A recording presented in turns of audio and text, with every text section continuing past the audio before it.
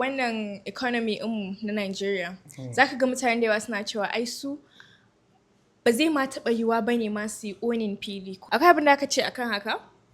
Well, magana gaskiya duk ansar da zan bayar had to do a fara da reality me yake a ƙasa. Despite duk da gwamnatoci a kowane mataki suna cewa suna ƙoƙarin saita al'amura, so amma dai reality na normal mutum da yake a ƙasa ana buƙatar su yi they need to do more akan common mutane.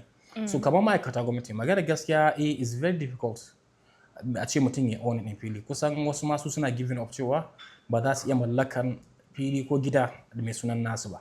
So amma kuma kada manta a koda yaushe ba wai yanzu ba shekaru da aru baya ma malam Bahaushe yana da al'ada ta tanadi.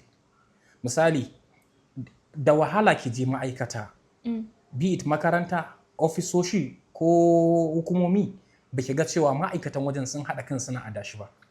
Za ki ga an ce duk wata in an ɗauka an ba wannan sai ki ga ma'aikaci ya tara kuɗi masu ɗimbin yawa duk da dai da kaɗan. So kuma kamar yadda harkar investment take a real estate a harkar fili akwai abubuwa da yawa ko kuma hanyoyi da yawa da za ka iya mallaka. Na farko shine akwai cooperatives. Ma'aikatan wasu na da cooperative za ta iya karɓar kuɗi a wajen gwamnati a matsayin aro ta siyo wa mutanen ta gidaje da filaye. Ba ma wannan ba a matsayin kai kanka ko kike kanki kuna yin adashi.